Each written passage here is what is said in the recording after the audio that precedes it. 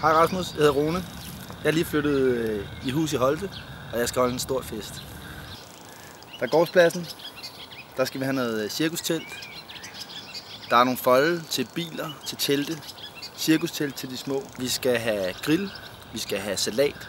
Vi skal selvfølgelig have en bar. Vi skal have ølbar. Masser af øl. Et helt stegt svin, et stegt lam og måske et helt stegt rådyr. Sådan så der er lidt forskelligt. Og så ellers flyt og måske pølser til børnene. Men altså en god grill ud over det hele. Noget cirkus til børnene og tryllekunsten også til de voksne. Sådan så man hygger sig. Hvis man skal sige lidt om hvorfor det kunne være fedt at få dig ud at spille, så er det fordi vi har haft en lille spilsted oppe på Anholt i nogle år. Spillet dine sange, og det kunne være sjovt at mixe det. Vi er en musisk familie. Vi spiller alle sammen musik. Du skal vide, at du kommer ikke til at gå forgæves, fordi det bliver rigtig sjovt.